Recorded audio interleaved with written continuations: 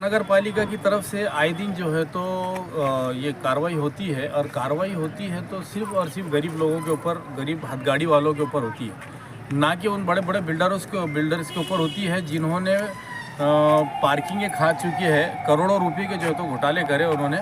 उनको छोड़कर महानगर पालिका के लोग जो बाहर से आउटसोर्सिंग से इन्होंने एक्स मिलिट्री मैन लिए हैं, तो उनका रवैया ये होता है कि वो जाके उनको गाली गलौज करके उनके ऊपर डंडे बरसा कर उनका माल भी ले रहे हैं, गाड़ी भी जब्त कर रहे हैं और फाइन भी मार रहे हैं।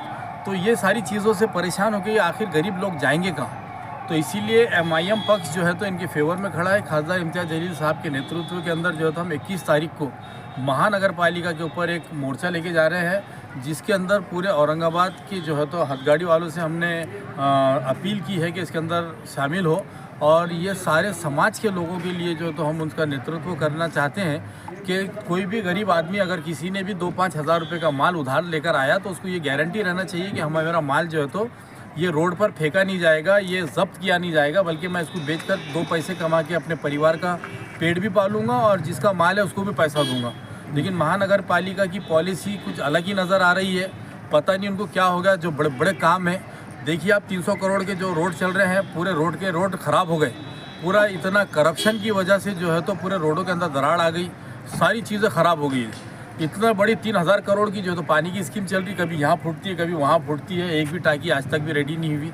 ऐसे कई इश्यूज़ है जिसके ऊपर महानगर पालिका को बहुत काम करने की ज़रूरत है, लेकिन वो सारा का सारा जो है तो ये गरीबों के ऊपर अपनी ताकत आजमा रहे हैं। तो हमने भी उनसे कहा कि अगर आप गरीबों के ऊपर आपकी ताकत आजमाएंगे तो हम पूरी ताकत के साथ में इनके साथ में खड़े रहेंगे। क्या डिमांड क्या रहेगी? हमारी डिमांड यही है कि भाई ये जो लोग हैं, हमारे पास इतनी बड़ी बड़ी रोडें हैं, सड़कें हैं, आपने हॉकर जोन भी नहीं दिया। हॉकर जोन दीजिए, जहाँ पर ये लोग कारोबार करते हैं उनको एक पट्टा मार के जो है तो 5-1 फीट का जो है तो जगह दो, उनको रजिस्टर्ड करो। अगर आपकी इनकम बढ़ाना है महानगर पालिका को तो एक ही टाइम में आप उनको 1500 रुपये दे के रजिस्टर्ड कर लो। उनको साल में जो तो ये लोग पैसा भरेंगे और वहाँ पर खड़े रह के वो कारोबार करेंगे। अगर वो पट्टे के बाहर आए, आपने दिए हुए पॉइंट के बाहर आए, तो आप उनके ऊपर कार्रवाई करो।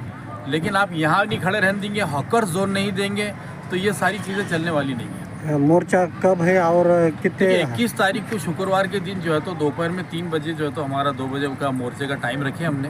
और ये हमारा अभी 2 पॉइंट है, या तो क्रांति चौक से होगा या शाहगंज महात्मा गांधी के पुतले के पास से होगा। ये 2 जगह में से कोई एक डिसाइड करके आपको इत्तला दी जाए। सर, इसके पहले कमिश्नर साहब से बात होगी कि इसके बारे में? देखिए, कमिश्नर साहब जो है तो उनसे इससे पहले बात हुई उनसे।